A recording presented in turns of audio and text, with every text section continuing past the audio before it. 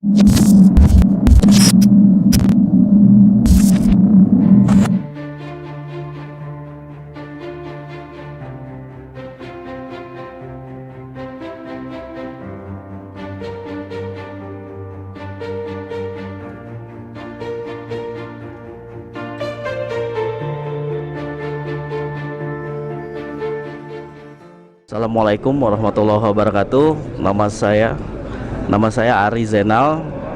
Di Alihya saya posisinya sebagai arranger musik. Jadi saya tukang kemas. Jadi kalau udah ada lirik, syair, sholawat, nada, lalu saya kemas dengan musiknya gitu. Jadi kalau sebenarnya memang Alihya baru terbentuk di awal 2017.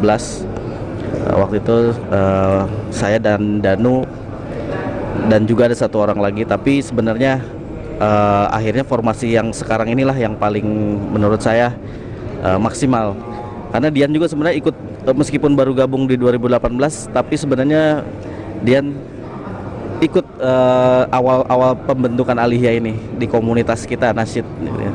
Mulai mengagumi Buya ini berawal dari siapa dulu nih? Kalian bertiga ini. Terus bagaimana awalnya? Kalau mengagumi Buya awalnya saya kan memang backgroundnya dulu pernah pesantren di Bogor, di Umul Qura. Kebetulan ada teman yang satu kelas sama saya dulu di pesantren. Kebetulan sebelum masuk ke pesantren saya di Bogor, teman saya ini sudah pesantren di sini memang. Cuman memang tidak selesai. Kalau nggak salah cuma 2 tahun dia pesantren di sini, lalu pindah ke Bogor. Awal-awal saya kenal itu sekitar 2000, saya agak lupa tahunnya. Cuman waktu awal kenal, dikenalin sama teman saya itu dalam bentuk MP3. Itu dari media apa? Nggak tahu, teman saya dapatnya dalam bentuk audio. Audionya udah di memori flash disk gitu? Iya, memori flash disk, ceramah beliau. Waktu itu Buya masih belum ada YouTube waktu itu. Pertama saya dengar dari teman saya itu. Kayaknya udah lama banget kan? 3 tahun ke belakang gitu. Iya. Tahun 2015. Udah lama banget. Saya memang dikenalin sama temen cuman begini aja nih, Danu, dengerin nih ada apa ulama bagus nih ceramahnya. Yang paling saya ingat sampai sekarang tuh beliau membahas tentang riba sih sebenarnya. Beliau membahas tentang riba.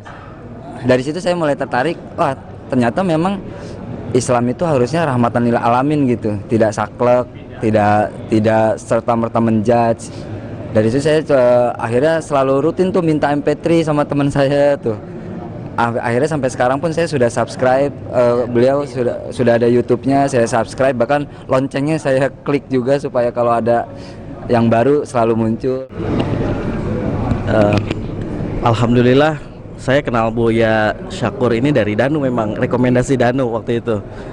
Dan menurut saya Buya Syakur ini sangat membuka wawasan dan pikiran, seperti olahraga otak ya. Karena Buya ini membuat pola pikir, merubah pola pikir saya. Jadi yang tadinya kaku, sempit, menjadi luas gitu rasanya kalau udah dengar Buya ceramah gitu. Saya mengikuti dari awal-awal YouTube, mulai ada di YouTube, Buya itu mulai ada di YouTube. Saya ikutin terus. Jadi dimulai dari pembahasan hal tentang bersyukur, sudut pandang, lalu tentang halal haram, bahkan yang menjadi polemik bagi saya itu sangat clear dan jelas, sehingga alhamdulillah terus menguatkan hati saya. Jadi untuk terus menjalani hidup ini jadi enteng rasanya. Makanya saya penasaran, langsung aja ketemu Buya, langsung ketemu. Alhamdulillah dikasih kesempatan sama Allah sekarang bisa ketemu langsung dengan Buya Syakur. Alhamdulillah bisa mengikuti pengajian secara langsung di sini.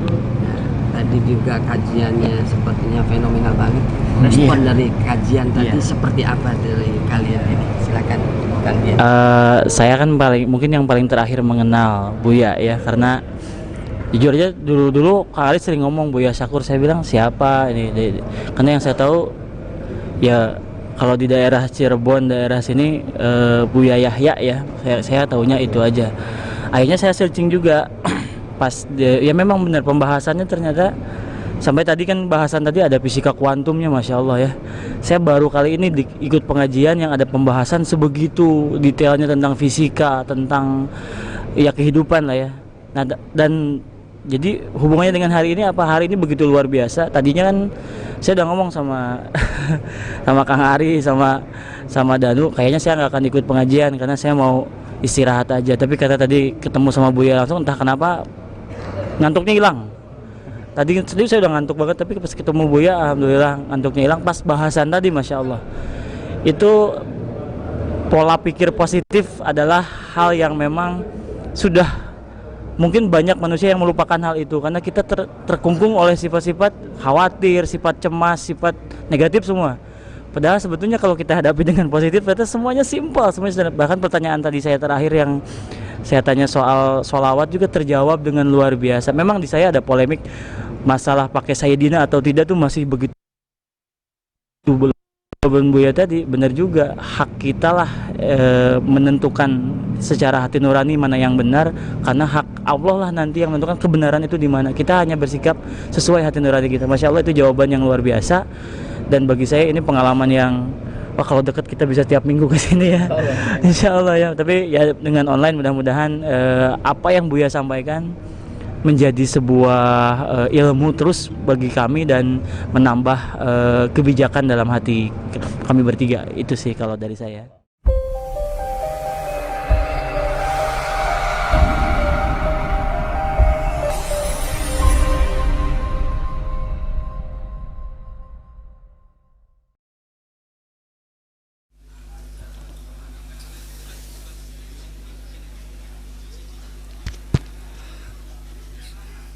Halaman berapa? 85. Ya.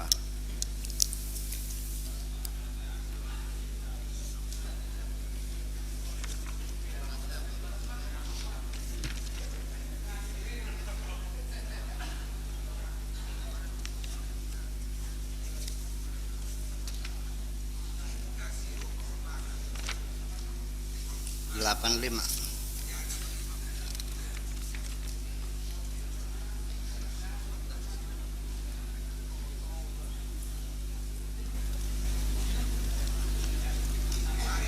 Delapan lima.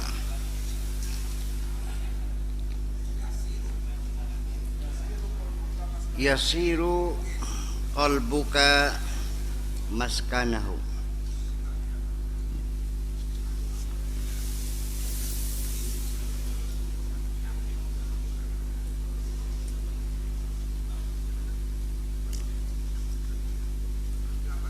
Ya, maka alam baris 11 dari bawah, bihi yasiru qalbuka maskanahu, hatimu akan menjadi tempat tinggalnya Tuhanmu, ya, akan menetap di hatimu.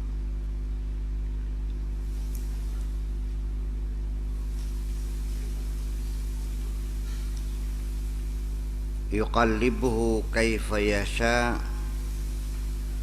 yang bisa dibolak-balikan oleh Allah sesuai dengan kehendaknya.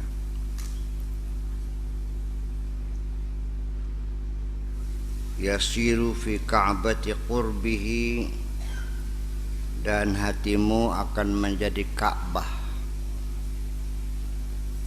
di dekat Allah. Muta'alliqan bi astariha, yang bergantung pada tirai-tirainya. Zakiran lahu, yang selalu ingat kepadanya. Nasiyan lima siwahu, melupakan apa saja selain dia.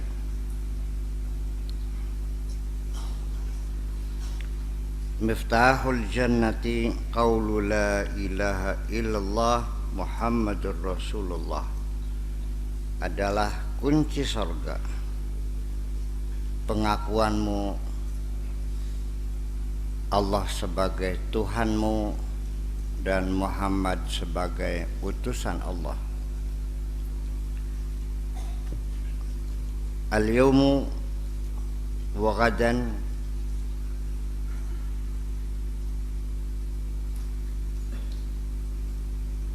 bifanaika anka wa an ghairika. Hari ini dan esok hari dengan kefanaanmu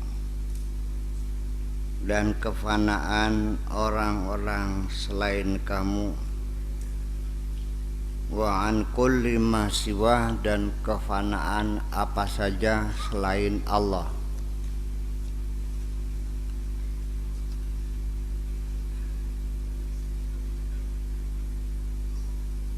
Ma'a hifdzi hudud syar'i, dengan tetap menjaga batas-batas aturan syariat.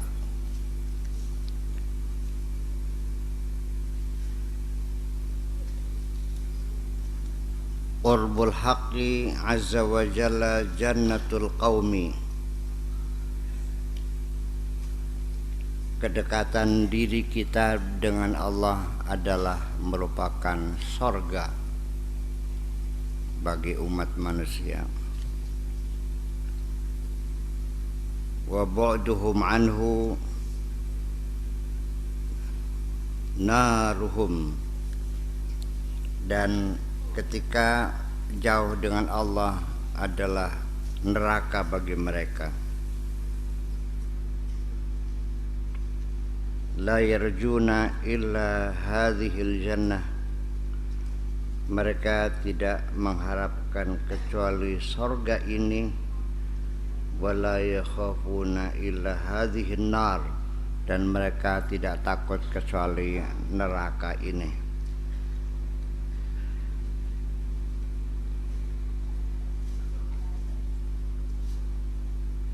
Ayyughallin linnari indahum, tipuan apakah neraka bagi mereka, hatta yakhafu minha, sampai takut neraka. Apa yang menyebabkan mereka tertipu sampai takut kepada neraka?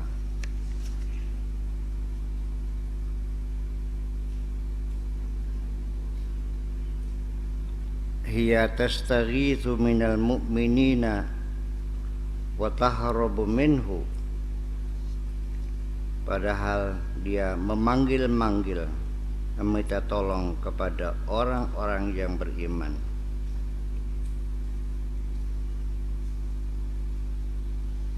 Fa kaifa la tahrabu minal muhibbinal mukhlisin, dan bagaimana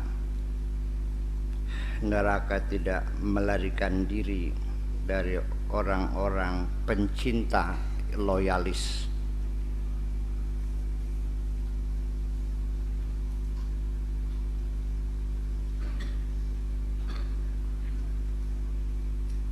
Ma ahsana halal mu'min fid dunya wal akhirah, betapa indahnya kondisi orang beriman baik di dunia maupun di akhirat. Huwa fid dunya la yubali ala ayyi halin kana, di dunia orang beriman tidak peduli ala ayyi halin, walau bagaimanapun. Kana fiha bada'a ya'lama anna rabbahu azza wa jalla radin anhu, suatu ketika mereka menyadari bahwa Tuhannya itu suka terhadap mereka, sudah tidak ada urusan, yang penting bagaimana Allah suka kepada mereka.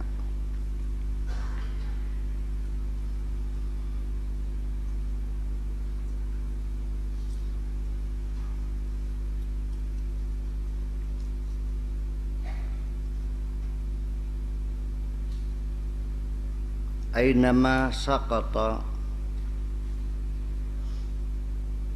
laqata qismahu wa radiya bihi, di mana saja terjatuh bagiannya telah diterima dan rela.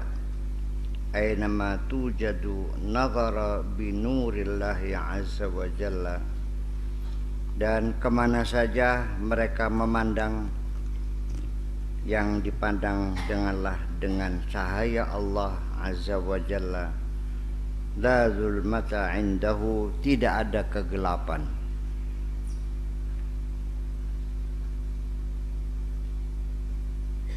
Kullu isyaratihi ilai, semua isyarat-isyarat menunjuk kepadanya.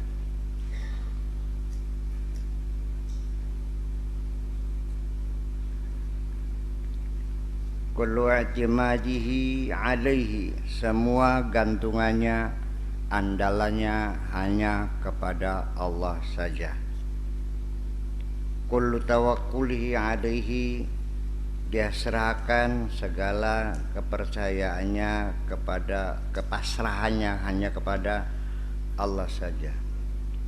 Ihdaru min adhiyatil mu'min, awas, hati-hati, jangan sekali-kali kamu menyakiti orang yang beriman.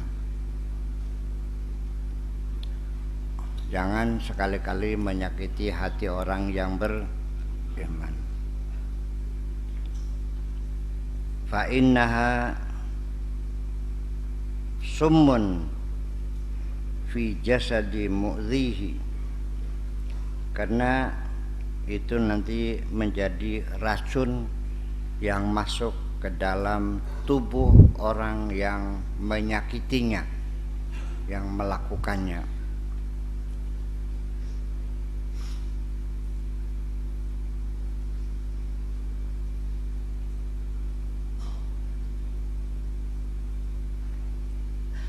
Wasababun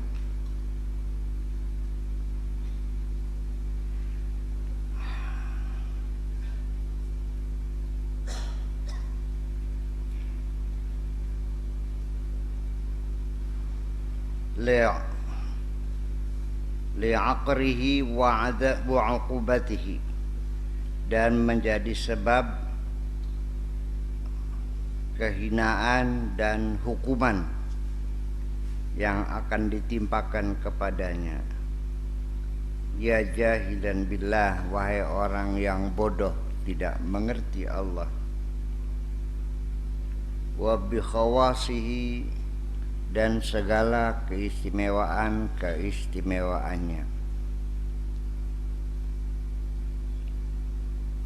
La tadzuq ta'ma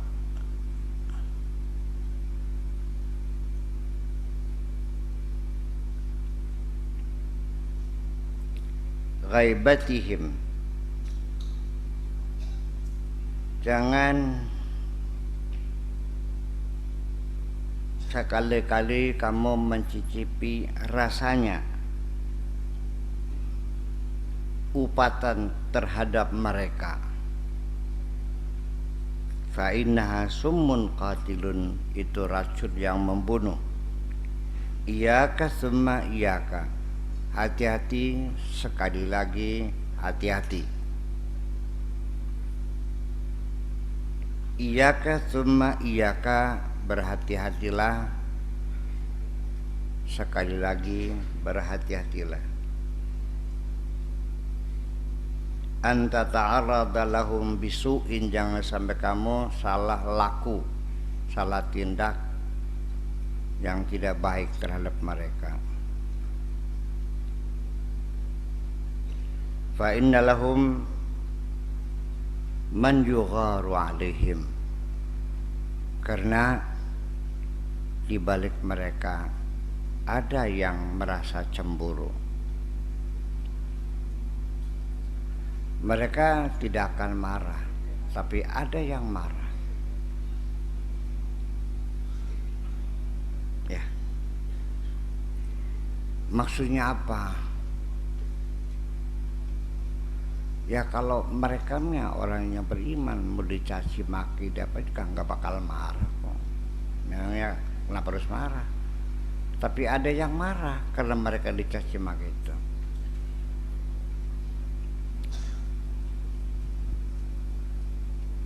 Saya saja mungkin untuk sebagai percontohan supaya kamu paham aja. Ini sebagai contoh saja, jangan dikatakan sama. Saya mungkin dicaci maki sudah nggak ada masalah. Bagi saya caci maki dan sanjungan adalah sama. Tapi kalau kamu mencaci maki anak kesayangan saya, bisa saya tampar kamu. Paham nggak? Iya. Mereka tidak akan mendoakan cilaka kepada siapapun. Paling-paling ya Allah ampunilah mereka. Tapi yang tidak menerimakan adalah nah itu. Jadi ya mereka boro-boro meminta kepada Allah untuk melaknati orang-orang yang jahat kepada mereka, supaya Allah menumpas mereka yang menjahati mereka. Itu mah hizib, itu mah hizib Nasor namanya, yang isinya menyuruh Allah membunuh makhluknya sendiri, yang nyuruh kamu. Jadi siapa menyuruh siapa ketika tugasnya pembunuhan? Bayangkan, ngeri kan? Ya saya pikir jahat sekali. Masa Allah disuruh bunuh?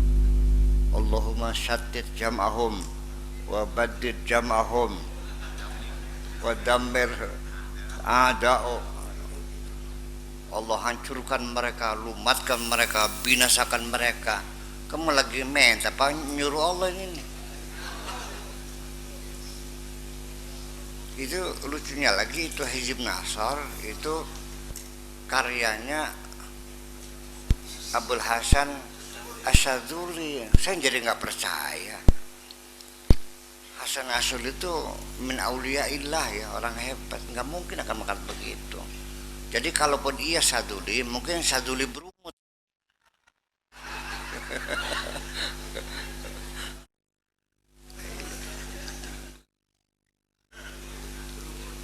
Iya dong. Kayaknya mah kan bisa jangan lama sama kan. Itu maksudnya.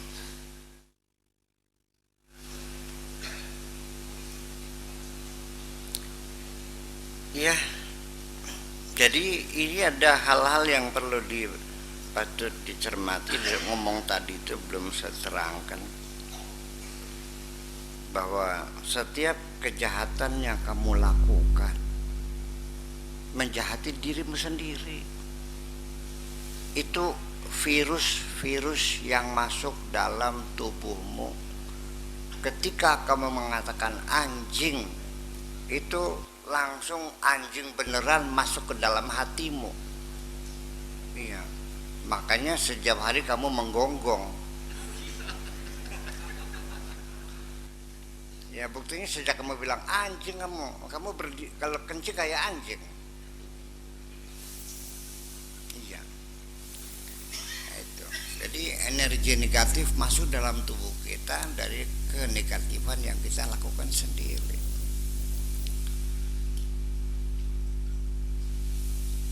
Nanti akan kita bicarakan tentang membangun pemikiran yang positif. Nanti akan kita terangkan bagaimana supaya kita berpikir positif. Sebelum kita merubah pemikiran kita dengan pola pikir yang positif, coba kita melatih diri dulu positif dalam perbuatan yang nyata dulu, yaitu cobalah tolong orang lain yang susah, berbuatlah kebaikan kepada orang lain. Ketika perilakumu berubah menjadi perilaku yang positif, tidak bisa dihindari pengaruhnya akan membangun pemikiran kamu yang positif juga.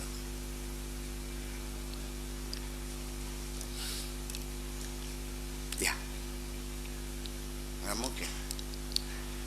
Jadi kalau kamu mengatakan saya sekarang sudah bisa berpikir positif, tapi ternyata kamu masih jahat, aku tidak percaya bahwa pikiranmu positif. Tidak mungkin perbuatan yang negatif keluar dari pikiran yang positif. Oke.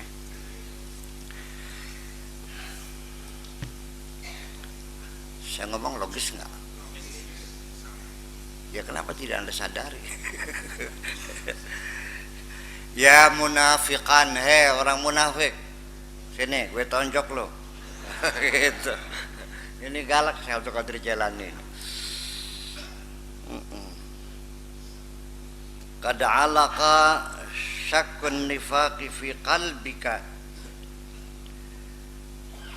Keraguan kemunafikan telah melekat kuat di hatimu.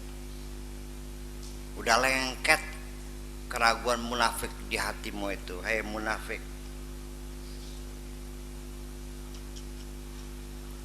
waqad malaka zahiraka wa batinaka, dan kemunafikan sudah betul-betul menguasai lahir batinmu.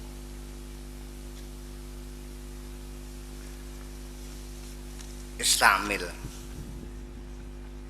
at-tauhid. Coba perangilah dengan membangun ketauhidan, wal ikhlasa, dan keikhlasan, fi jami'il ahwal, dalam segala kondisi. Cobalah esakan Tuhanmu dan ikhlaskan hatimu. Mengesahkan Tuhan itu bukan sekedar kamu mengetahui Allah itu satu, bukan itu. Iya, kalau itu mah semua orang juga mengatakan ya Allah esa. Iya, terus yang esa apanya?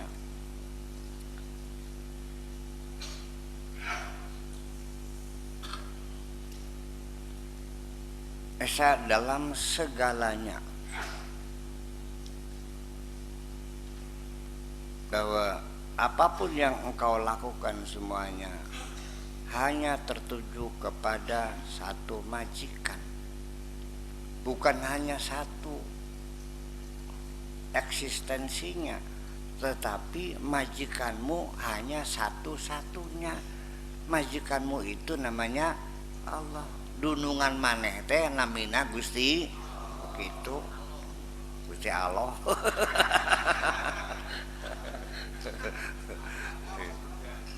Iya, kalau Sunda Allah, kalau Jawa Allah, Gusti Allah.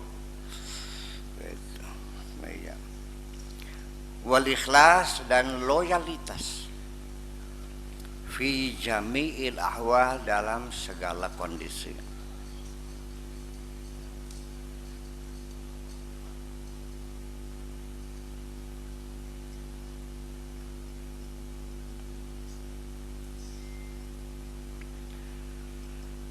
Waqad syufita wa dhahaba syakluka, engkau telah disembuhkan dan bentukmu telah tiada, selesai. Ma aktsara ma takhruquna hudud syar'i, betapa banyak ya, aturan-aturan syariat engkau cabik-cabik, engkau langgar. Wa tumazziquna duru ataqwakum, dan merobek-robek baju besimu, baju besi ketakwaanmu. Baju besi ketakwaan itu artinya ketakwaanmu, yang diibaratkan seperti baju besi berangkat perang. Artinya nggak mempan di panah, nggak mempan di tombak, karena kamu pakai baju besi. Ketakwaan itu harus bisa melindungi dari serangan-serangan musuh. Makanya baju besi ketakwaan gitu. Ini gaya bahasa Arabnya begitu.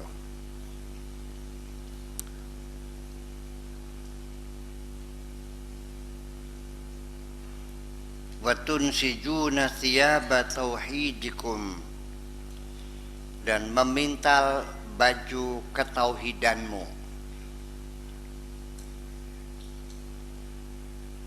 Wa tudfi'una nura imanikum, dan memadamkan cahaya imanmu.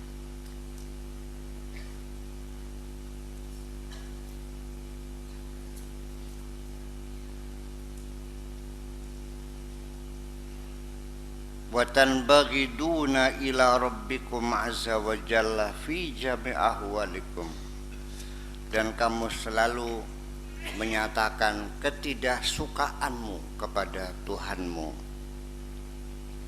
dalam segala perbuatanmu dan keadaanmu. Apa saja yang menjadi keputusan Tuhan selalu engkau sangkal semuanya itu. Adanya penyangkalan. Salah satu sumber penderitaan dirimu adalah penyangkalanmu terhadap segala putusan Tuhan.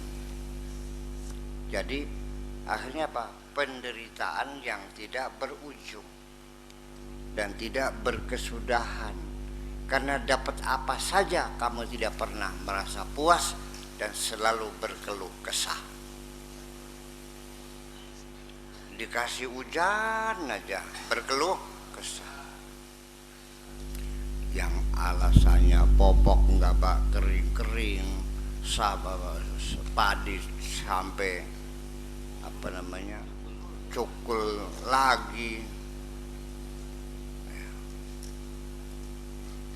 Ketika tidak hujan-hujan berkeluh kesah juga, yang sawahnya meletak, sumurnya asat, udara panas menyengat, berkeluh kesah lagi. Ketika sebentar hujan sebentar tidak, masih marah juga. Ini kok udara kok kacau balau begini sih.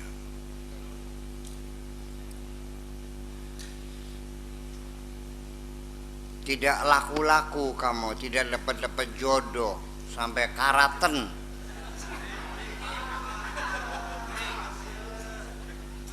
Berkeluh kesah.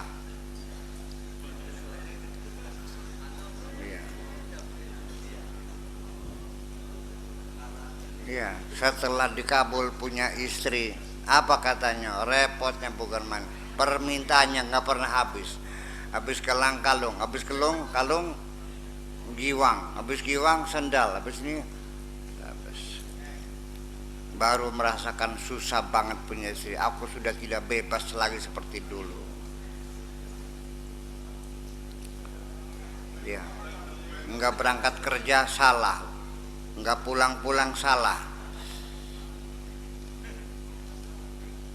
Sudah sedih lagi karena tetangga menimang-nimang anak, suara bayi yang sangat mengharukan. Ya, meminta baik anak dikabulkan. Setelah punya anak ngelus dada lagi. Lalu kapan kamu bahagia? Nggak pernah bahagia. Dari mana datangnya? Dari keluh kesahmu. Kamu tidak pernah menerimakan segala putusan Allah. Lanjutkan.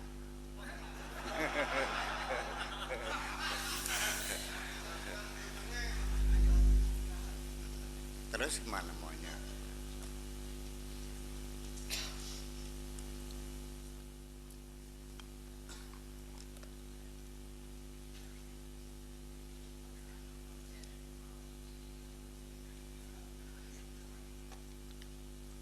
Kalau sama ngerokok makin cerdas ini.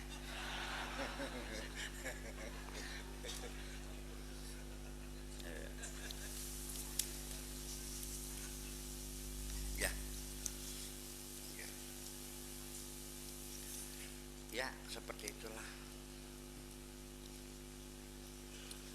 Saya terangkan berjam-jam teori tentang qada dan qadar, tentang kepasrahan dan tawakal.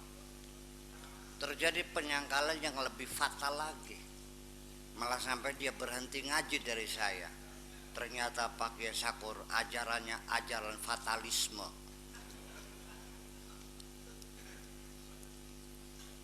dasar bego lo.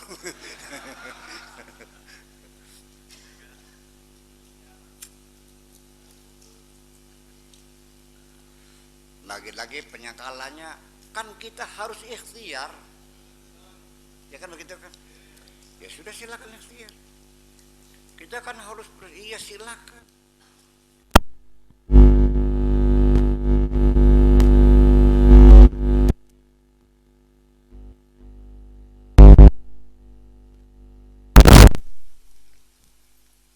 Memangnya ada orang yang pengen miskin? Memangnya ada orang pengen sakit? Emangnya ada orang yang pengen mati?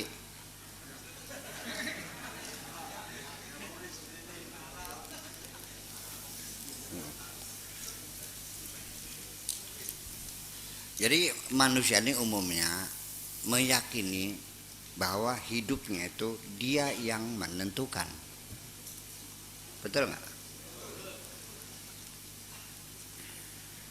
Dari situlah munculnya musibah, karena dia yang meyakini dia menentukan, ketika gagal dia kecewa. Ya. Yang lebih fatal lagi, ketika berhasil lupa diri, ketika gagal gantung diri. Dua-duanya buruk akhirnya. Berhasil ya buruk, gagal ya buruk.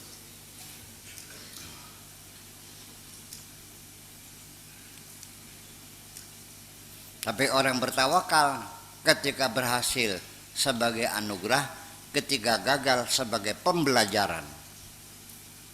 Indah enggak?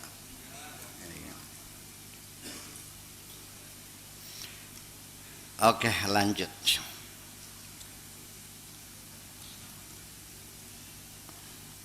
Idza aflahal wahidu minkum,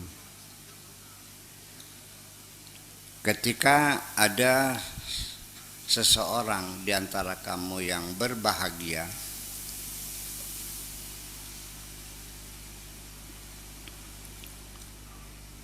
wa amila ta'atan, dan dia bisa berbuat kebaikan, ketaatan kepada Allah, fahiya masyubatun bil ujubi, tetapi kebaikannya itu bercampur aduk dengan kesombongan, dengan kebanggaan, dengan ujub. Wa ru'yatil khalqi, dan melihat kemakhlukan.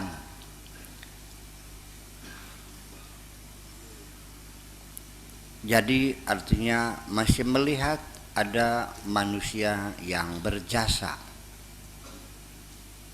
Ketika kamu diberi peluang oleh Allah untuk bisa berbuat baik, bersedekah, menolong orang, itu pun tidak mulus seperti yang kamu duga. Banyak amalmu yang bercampur aduk dengan kebanggaan, dengan kesombongan, dan termasuk dengan keangkuhanmu. Ya, dan juga masih melihat memiliki jasa, ru'yatul khalqi, wa talabil hamdi minhum 'alaiha, dan menuntut sanjungan dari orang yang dibaiki itu, menuntut penghargaan dan pengakuan. Kalau tidak, kecewanya bukan kepalang, sialan tuh, ditulung-tulung mentung. Ini namanya air susu dibalas air tuba. Si kunyuk-kunyuk itu adalah kacang-kacang yang tidak ngerti kulit. Macam-macam, 1000 peribahasa melambangkan kekecewaan orang setelah berbuat baik. Banyaknya peribahasa itu menunjukkan banyaknya peristiwa yang terjadi.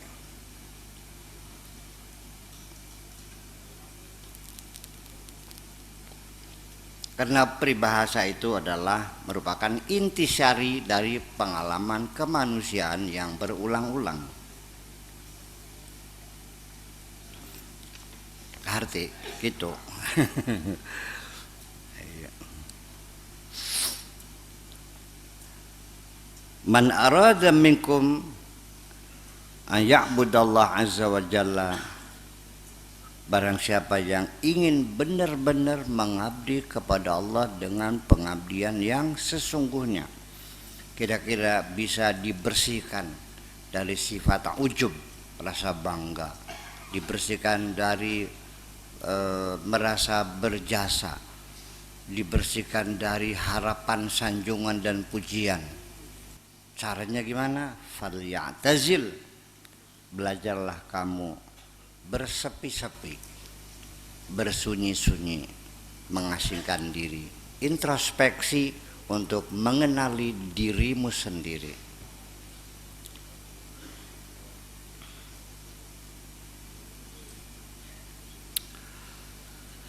Salah satu metode yang dipakai oleh para psikiater di dunia ini, rasa cemas yang mencekam kita sehari-hari menghadapi berbagai persoalan dunia ini. Salah satu metode yang paling efektif adalah uzlah. Umat Islamnya sendiri sudah meninggalkan tradisi yang uzlah. Ya, uzlah kita setiap tahun sekali saja masih dipertanyakan, sampai nanya sholat Jumatnya di mana, hukumnya bagaimana. Iya, saya jadi semakin cemas ya,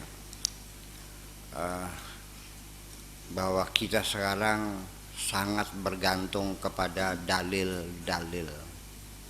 Apa saja harus ada dalilnya. Ada dalilnya enggak? Menurut pengertian saya sudah stop.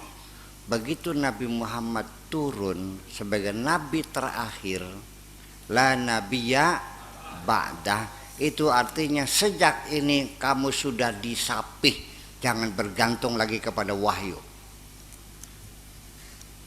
Kesananya silakan dikawal dengan ilmu pengetahuanmu. Al ulama warasatul anbiya.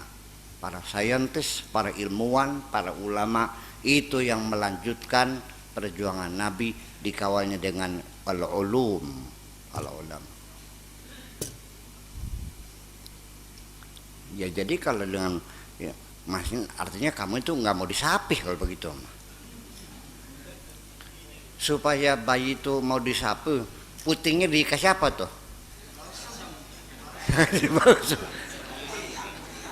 Jadi kalau orang yang, kalau kamu masih menurut dalil, saya kasih balsam mulutmu.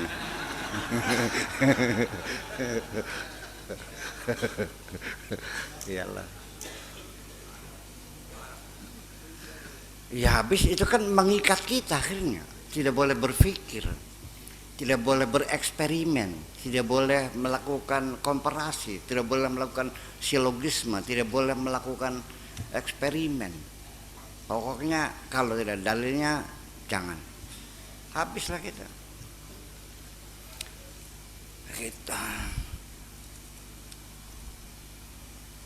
Jangan bingung ya. Memang kondisinya begitu. Ya. Tapi kita juga tadi mah gurau tadi tuh. Ngomong gurau tadi tuh salah paham. Jadi artinya tetap kalau bagaimana ya, yang penting mah tolong jangan bertengkar. Saya kan tidak pernah minta apa-apa sama kamu kan. Minta uang enggak saya? Minta jasa enggak kan? Saya minta satu. Apa beratnya sih? Saya minta satu, tolong jangan bertengkar. Kok susah banget sih? Saya minta satu, tolong jangan bertengkar.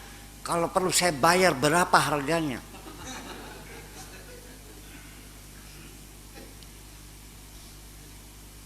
Enak gurih tak bertengkarnya? Atau sedap? Menurut saya kan kita enak damai, enak bersahabat. Ngapain bertengkar? Hidup ini yang kita cari titik kesamaan. Jangan pernah mencari titik perbedaan. titik kesamaan itulah yang kita bangun, yang kita kembangkan menjadi kerjasama, menjadi persahabatan, menjadi kemesraan. Kalau titik perbedaan gue saya dicari di tengah jalan muncul sendiri, betul nggak? Ya, iya. Yang suami istri saja yang tiap hari berpelukan bersama muncul juga perbedaannya kok. Kalau sudah 10 tahun mah. Iya. Soalnya saya lawan nih. Itu. Ya udah gitu aja. Jadi apapun silakan, kalau Anda meyakini begitu silakan laksanakan, ya silakan Anda laksanakan di ruang privasi Anda, di ruang privasi Anda, jangan dibawa ke ruang publik. Itu aja kok. Sebab kalau dibawa ke ruang publik itu harus melalui perdebatan dulu, ya jangan mengikat orang lain. Artinya begini, kalau ada orang yang berkeras tetap mempertahankan bahwa cebok itu harus pakai batu, tidak boleh pakai tisu, silakan, gak ada masalah. Silakan sok, tiap cebok pakai batu, selecetnya gitu. Tapi kalau ada Pak Rahmat pakai tisu ya jangan disalahkan dong, ya kan? Alasannya, dalilnya ada, memang dalilnya ada, hadisnya ada, pakai batu. Kalau tisu nggak ada dalilnya,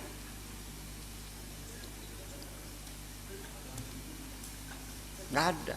Dan Nabi tidak pernah cebok pakai tisu. Mual ayah dalilnya guys. Ini yang di mana Nabi mual ayah mau kepanggih kita. Soalnya belum ada tisu. Iya.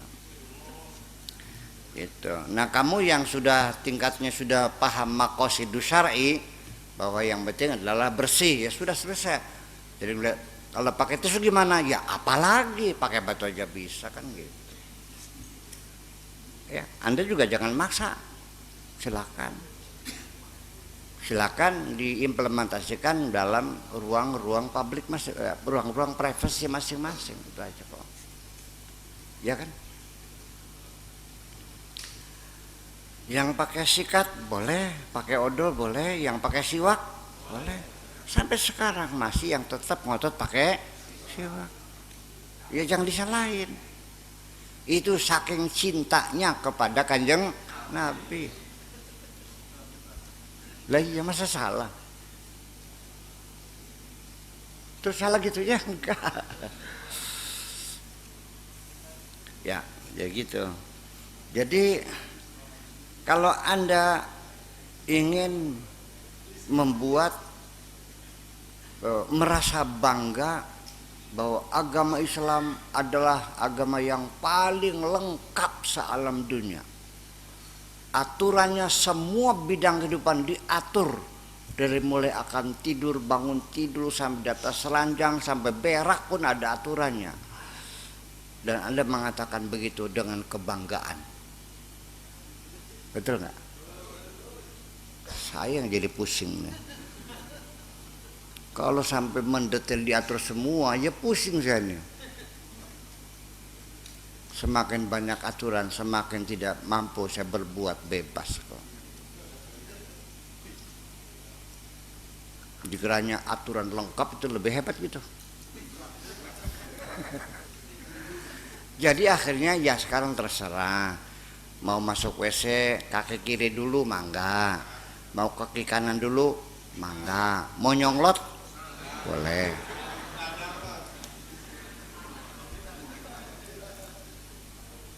Mau bilang doanya Allahumma inni a'udzubika minal khubuthi wal mangga. Pak Rahmat begitu masuk WC, aduh Gusti hapunten ya.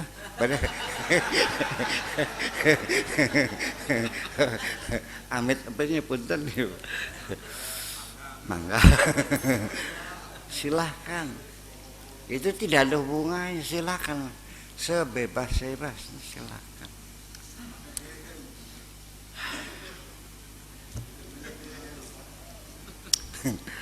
Saya pengennya begitu, pengennya tuh ya.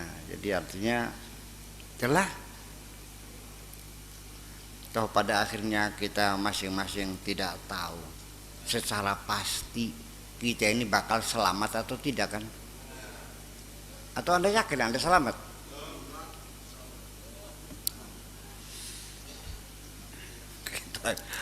Ya sudah, daripada kita bertengkar lebih baik kita banyak meminta ampun kepada Allah aja lah.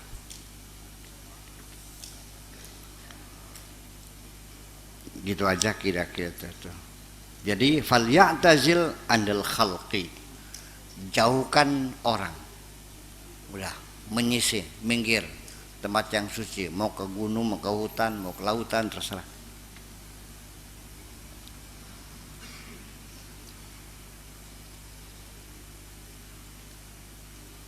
Fa inna ru'yatahum lil a'mal mubtilatun lihadza, mubtilatun laha. Karena ketika mereka masih melihat perbuatan kita, masih mereka menonton kebaikan-kebaikan kita, itu bisa menggagalkan amal kita. Karena bagaimanapun selalu munculnya sanjungan-sanjungan.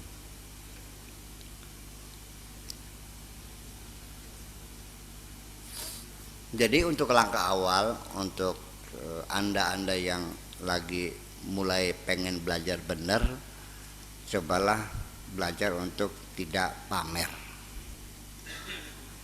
Belajar untuk tidak pamer. Dah. Anin Nabi sallallahu taala alaihi wasallam anhu qala, alaikum bil uzlati, kamu harus uzlah. Fa innaha ibadatun, karena uzlah adalah ibadah.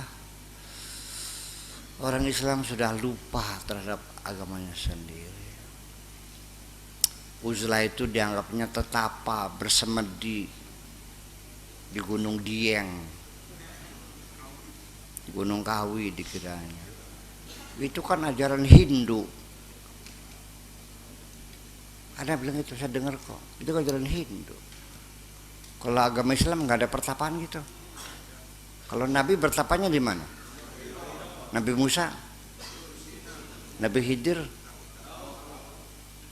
Nabi Ibrahim.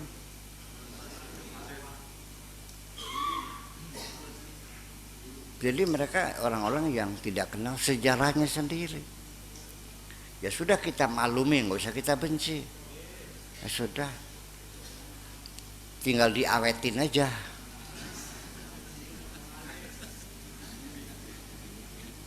Di mumi. Saya kira demikian. Dan apa yang kamu pikirkan juga sama. Memang ada hal-hal yang negatif dalam pikiran mereka. Dan juga benar. Percaya enggak? Karena di dalam dirimu ada positif, ada negatif. Dalam dirimu ada kesalahan, ada kebenaran. Di dalam dirimu ada kebaikan, ada keburukan. Enggak ada yang mutlak. Ya. Jadi ya minimal ya kita model mafhum aja lah, ya sudah mafhuman aja lah. Penting ya udahlah. Alum. Gitu. Jadi saya kira ya kalau Anda masih suka bertengkar aja ya berarti Anda ini nggak paham. Manusia itu berpotensi untuk berbuat jahat kok. Sama. Dan sekarang kamu lagi dapat hidayah.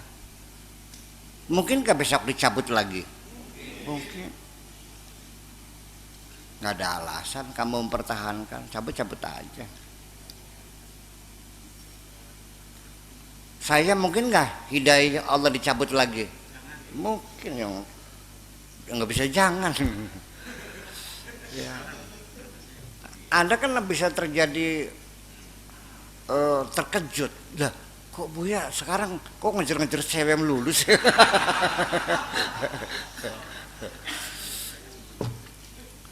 Kalau saya mah nggak usah ngejar-ngejar, merekanya ngejar-ngejar gue.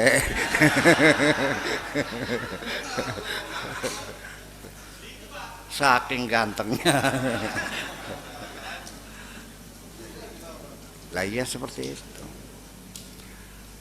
Jadi maksud saya, yuk kita ke depan jangan mempersoalkan perbedaan. Ya, apalagi itu masalah batal wudhu. Sampai orang mau sembayang tidak sembayang pun nggak usah dipersoalkan sih. Kita sebatas ngajak juga kalau mau. Kalau tidak, jangan maksa. Begitu aja kok.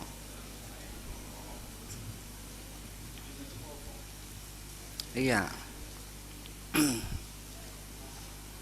Pemahaman fikih orang sholat boleh dibunuh itu sudah harus ditinggalkan. Itu sudah bertentangan dengan hak asasi manusia. Fikihnya ada kan? Dibunuh kan? Gak masuk akal. Itu mah fikih. Itu fikih bukan agama. Kalau fikih bukan agama. Kalau fikih itu bisa direvisi, bisa dirubah, bisa disempurnakan. Karena fikih itu pikiran manusia. Kalau pikiran manusia, agama apa budaya? Ya sudah korepet bah, kau bertengkar.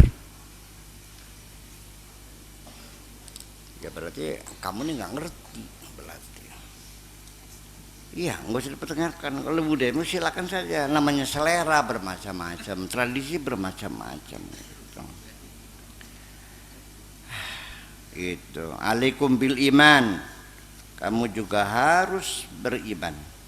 Jadi landasan utama untuk menuju wa innaha da'bus salihin min qablikum, kan itu adalah tradisi orang-orang soleh zaman dahulu. Itu tradisi, kebiasaan yang dilakukan berulang-ulang.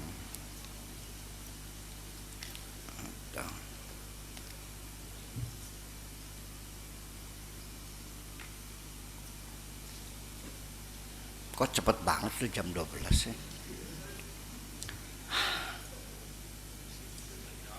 Oke.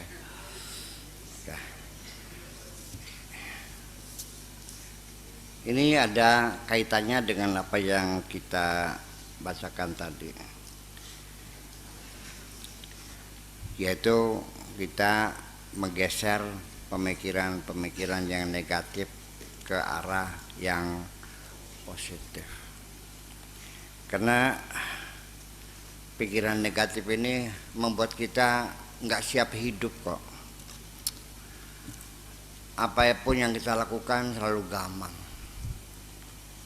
Bisa tangga, nantinya bagaimana, sayanya begini, ada rasa ketakutan, ada kecemasan, ya tidak bisa mengambil keputusan, akhirnya semangat kerja juga melemah. Iya, semua orang dianggapnya jahat semua. Iya.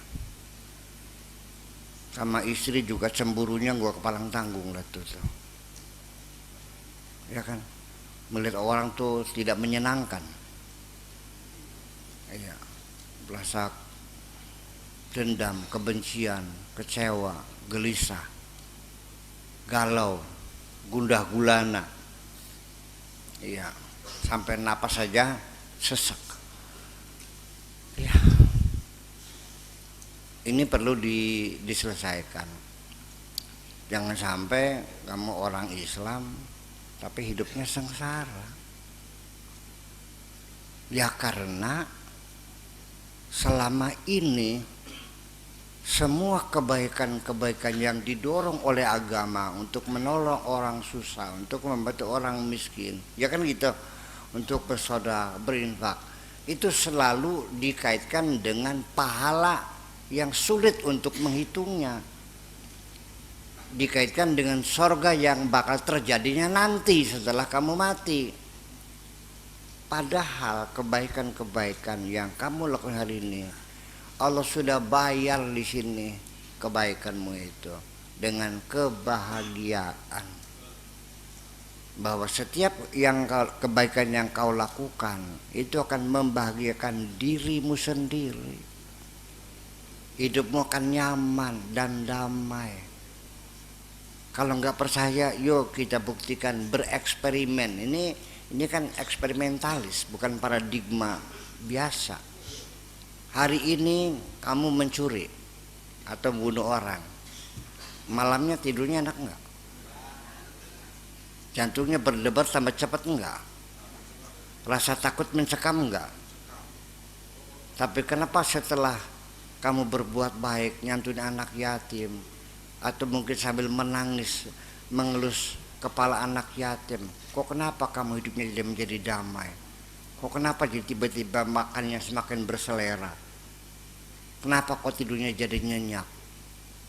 Tidak kamu hitung. Nikmat-nikmat Allah yang tidak kamu hitung.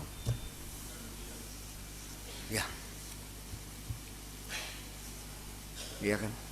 Jadi sebelum kita, di samping kita merubah pola pikir kita supaya menjadi pikiran yang positif, juga secara simultan kita latih diri kita untuk banyak berbuat positif kepada sesama. Akan merefleksi, dan semuanya secara fisik dan psikologis berjalan bersama. Baik, assalamualaikum warahmatullahi wabarakatuh. Nama saya Dian Dian. dari Alihya, Bu ya. Saya dari Cianjur sebetulnya, teman-teman dari Bogor. Al-Ihya. Alihya ya. Al-Ihya, grup Al-Ihya. Grup Alihya. Ya, grup Al-Ihya, brand Al-Ihya. Nah, berkenaan dengan grup kita, Bu ya, yang sudah setahun lebih ini bergerak di bidang menyampaikan sholawat dengan versi kekinian. Bahasa kami sholawat kekinian.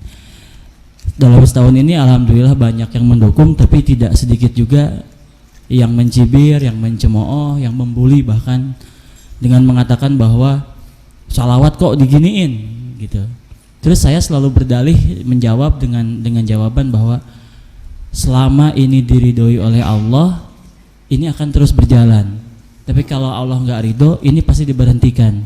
Yang ingin saya tanyakan, apakah sikap ini sudah sesuai, sudah boleh, atau Buya sendiri ada pandangan lain soal sholawat dibeginikan oleh kami? Mohon pencerahannya, Buya. Terima kasih. Assalamualaikum.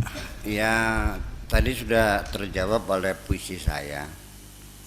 Ya, apa saya bilang tuh? Nanti.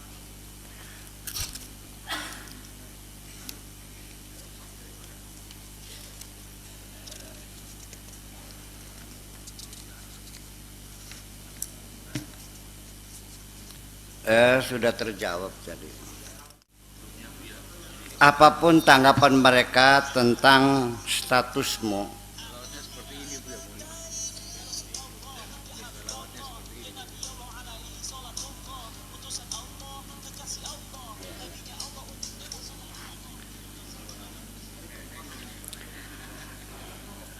apapun anggapan mereka tentang statusmu, katakan dengan tegas, itu urusanku.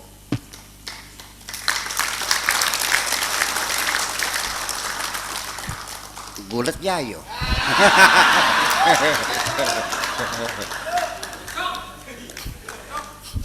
Ini sebetulnya kita perang pendapat.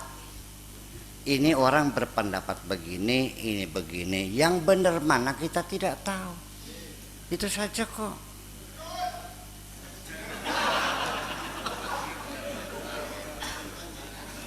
Pendapatmu itu jangan kamu nobatkan sebagai kebenaran mutlak. Sekarang kamu benar, belum tentu besok masih benar. Kondisi bergerak sudah tidak benar lagi. Apalagi itu pendapat-pendapat pikiran non eksperimentalis. Ilmu fisika yang paling pasti pun setiap saat selalu direvisi. Apalagi tentang sholawat,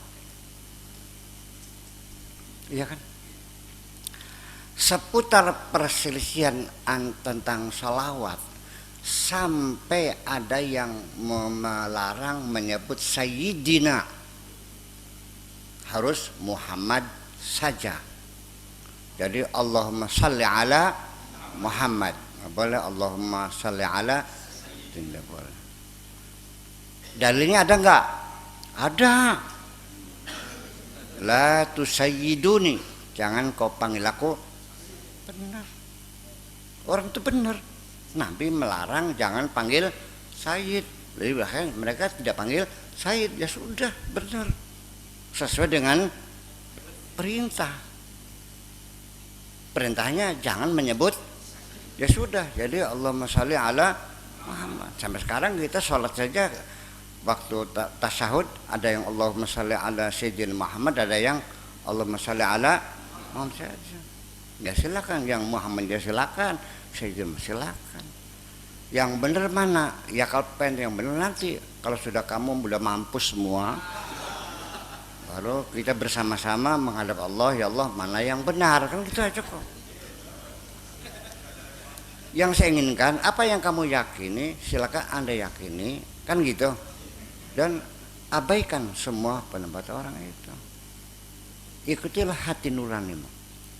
Nah, tadi kata. Hilang. Sebab bagaimana kalau kita goyang, kalau kita tidak punya ketetapan dalam mengambil putusan, kita bimbang selamanya. Dan ini sangat tidak membahagiakan. Apapun yang Anda tidak memiliki keputusan yang pasti, Anda selalu bimbang. Dan ini juga menyusahkan kok. Oke. Jadi, nah di sini yang jadi persoalan adalah bahwa begini, orang bicara, Nabi berkata, bersabda, Allah berfirman. Apakah memang seperti itu? Kita harus tahu dalam komunikasi manusia itu tidak selalu ngomongnya begitu, maksudnya begitu. Ternyata ngomongnya begini, maksudnya begitu. Ngomongnya begana, maksudnya begini.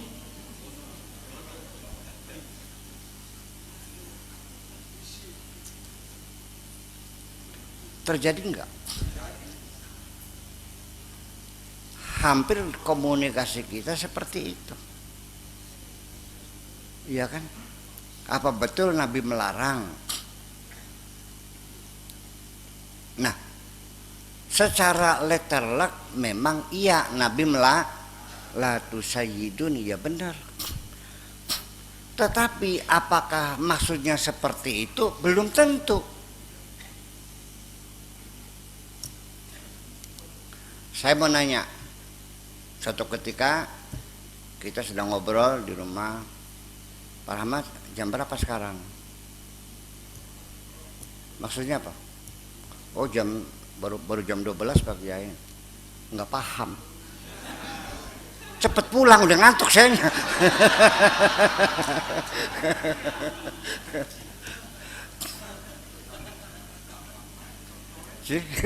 Lah, ya rasa goblok sih kan.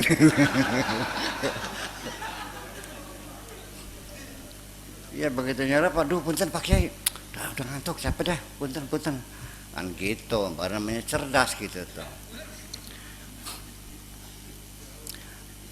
Kalimat itu tidak pernah, ini kaidah umum, kalimat itu tidak pernah dapat dipastikan maksudnya apa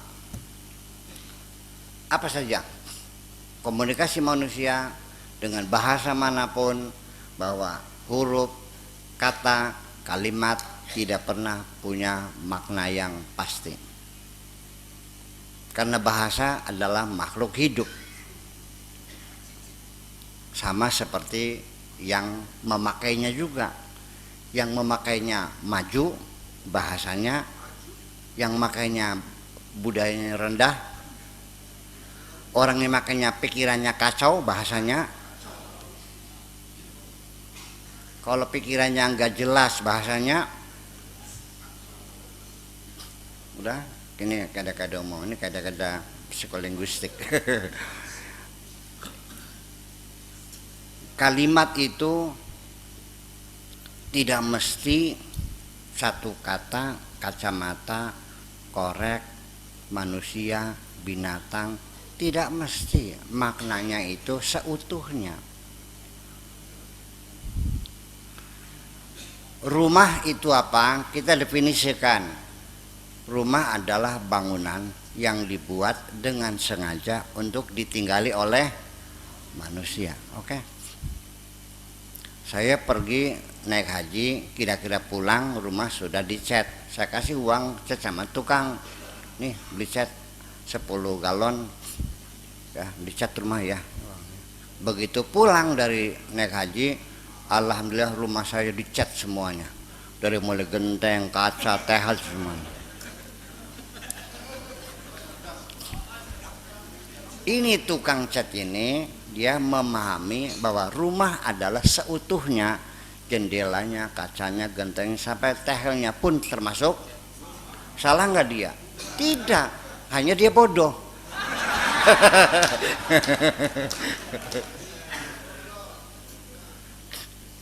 Kalau yang paham, rumah itu maksudnya adalah temboknya saja yang perlu dicat. Oke. Ini ada hadis Nabi yang menyebabkan perbedaan yang sangat radikal. Yang satu mengatakan bahwa kita berkewajiban memerangi seluruh umat manusia sampai mereka mengatakan la ilaha illallah. Habis fasis kan? Fasis. Dalilnya ada enggak? Ada. Umirtu an uqatilan nas hatta yaqulu la ilaha illallah wa yuqimus salat wa yutuz zakat. Nah, kita harus tahu an-nas itu manusia. Apakah seluruh manusia yang ada di dunia yang jumlahnya 8 miliar kita perangi, ataukah manusia yang memusuhi Kanjeng Nabi? Apa hubungannya memerangi orang yang cinta damai aja? Iya. Iya dong. Negara-negara cinta damai, Malaysia, Singapura, ya kan, Korea, Cina, Thailand, semuanya negara-negara cinta damai. Urusan apa kamu perangi? Iya kan? Berarti manusia di sini ini lafaznya am wa urida bihi al khas. Paham enggak? Selagi mereka tidak memusuhi ya enggak ada masalah. Kita perangi untuk mereka yang memerangi kita, kan gitu persoalannya.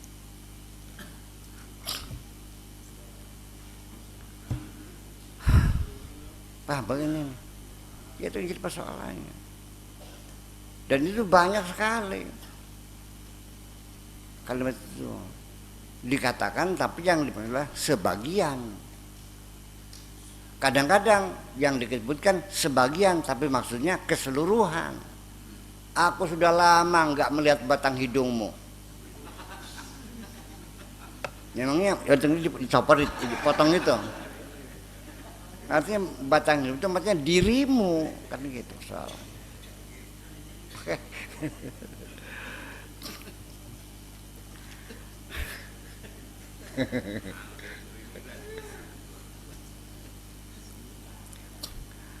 Saya punya pacar, tapi mati sumput-sumputan sama calon mertuanya. Kalau ketemu di kebun gitu kan malam hari gitu, ngetok jendela ke malam hari kan gitu.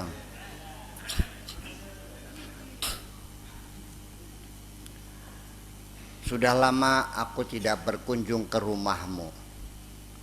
pernah masuk enggak? Enggak kok. Artinya berkunjung ke kebunmu. Luar dari rumah kok.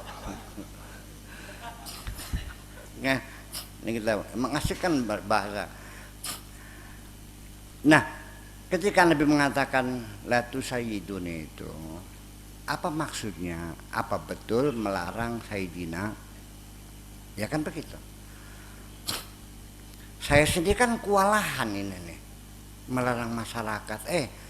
Sejak awal nggak usah dipanggil kiai, nggak usah haji, nggak usah ngapain profesor, dokter, ngapain? Sudah saya dapat panggilan Buya saja sudah sangat terhormat sekali. Udah Buya Sakur saja sih. Barangkali kamu panggil Sakur nggak pantas. Ya sampai sekarang, sampai ditambah mursiduna wa murabbi ruhina, waduh, disuruh sapa begitu tuh. Jadi saya sendiri ya jangan menghukum orang begitu, karena kita harus apresiasi, itu tuh saking cintanya kepada saya.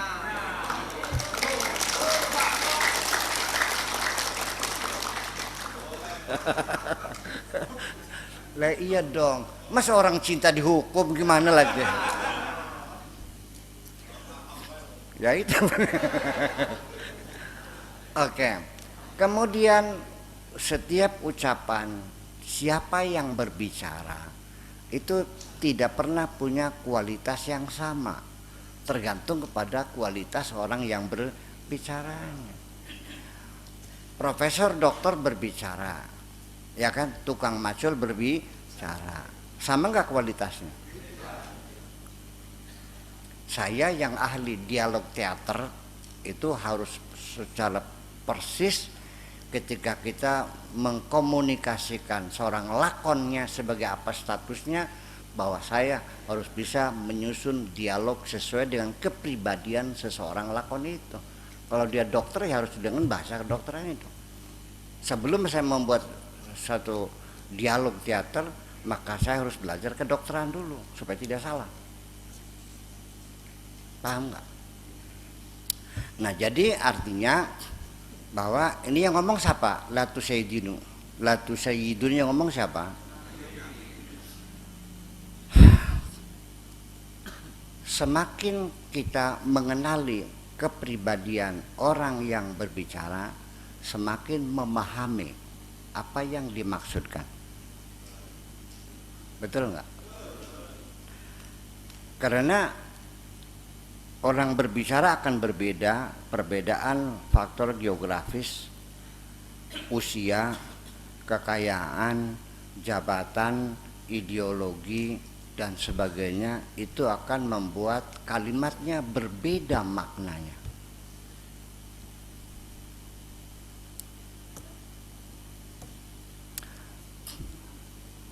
Istilah yang dipakai, proyeksi, artinya apa? Projection.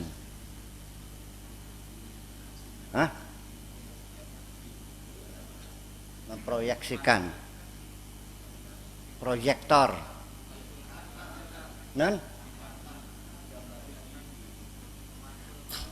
Ya, itu dalam dunia syuting proyeksi gitu. Dalam psikologi, proyeksi itu menyalahkan orang, mau dilawan, nggak bisa, ini istilah. Hakikat dalam ilmu fikih beda dengan hakikat ilmu tauhid, berbeda hakikat ilmu tasawuf, berbeda hakikat ilmu fisika, ya berbeda. Dan ini terjadi perebutan. Iya, itu, oke.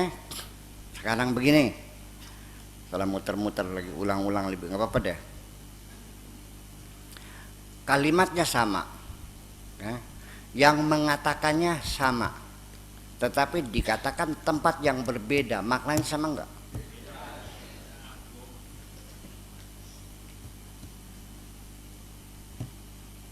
Pak Edi punya utang sama saya tagih di sini, cari bakyak. Jadi tolong dong dilunasin, utangnya masih 10 juta lagi dilunasin. cari bakya. Untuk apa?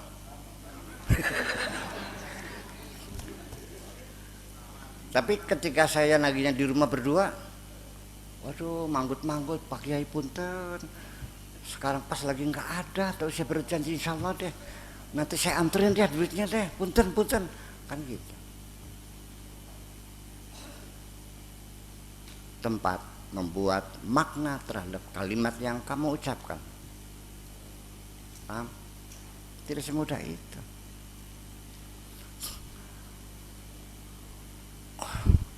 Kiai sama maling ngomong, beda enggak? Beda.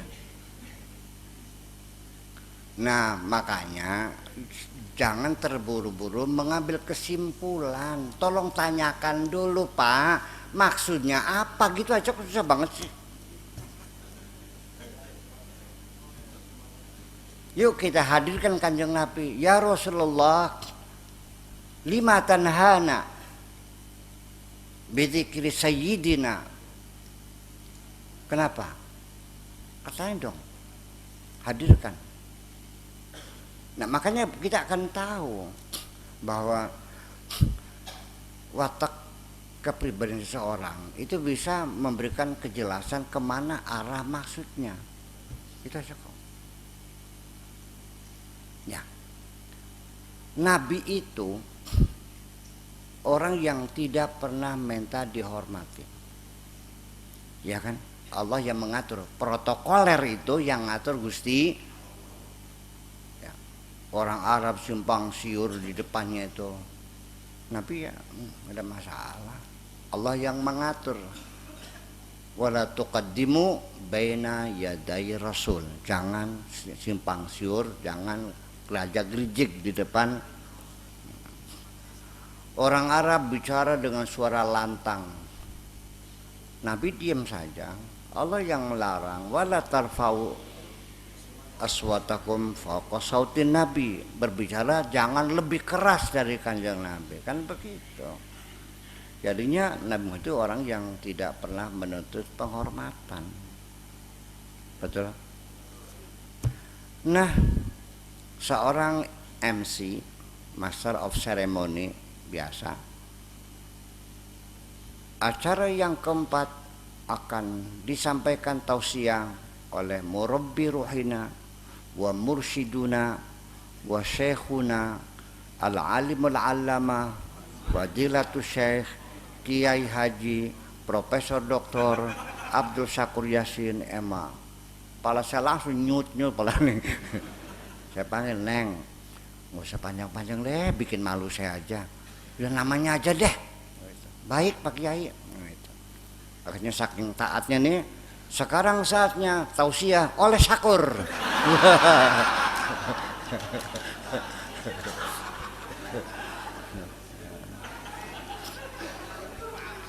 MC penurut bukan? Penurut, goblok tapi pinter. Dasar MC goblok loh. Saya pun marah sama dia kan gitu. Bukan saya, para yang lain. Kurang ajar kamu, kata MC, yang disuruhnya begitu katanya. Kira-kira begitulah artinya, ya. Silakan. Jadi silakan Anda sanjung Kanjeng Nabi, silakan bersalawat, silakan sebutkan sebanyak-banyaknya pangkat dan terus dengungkan salawat di depan umat ini. Ya, udah kemalaman ya. Sok siapa terakhir setelah gua udah 1:30. Udah cukup di jam 1:30 setengah 2 malaman. Oke, yuk assalamualaikum.